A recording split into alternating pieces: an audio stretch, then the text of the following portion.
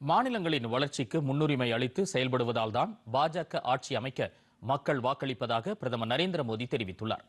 ஒடிசா மாநிலத்திற்கு பயணம் மேற்கொண்டுள்ள அவர் புவனேஸ்வரில் நடைபெற்ற பொதுக்கூட்டத்தில் கலந்து கொண்டு பேசினார். மத்தியில் மற்றும் மாநிலத்தில் ஆளும் பாஜக அரசு பெண்களின் முன்னேற்றத்திற்கு பல்வேறு நடவடிக்கைகளை எடுத்து வருவதாக கூறினார். ஒடிசாவில் செயல்படுத்தப்பட்டுள்ள சித்தாரா யோஜனா திட்டம் பெண்களுக்கு அதிகாரம் அளிக்கும் அடையாளமாக மாறும் என்றும் குறிப்பிட்டார். चुनाव से कुछ महीने पहले तक बड़े बड़े पॉलिटिकल एक्सपर्ट्स ओडिशा में बीजेपी को पूरी तरह से खारिज कर रहे थे।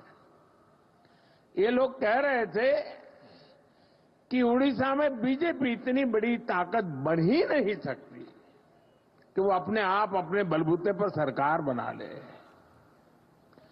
लेकिन जब परिणाम आए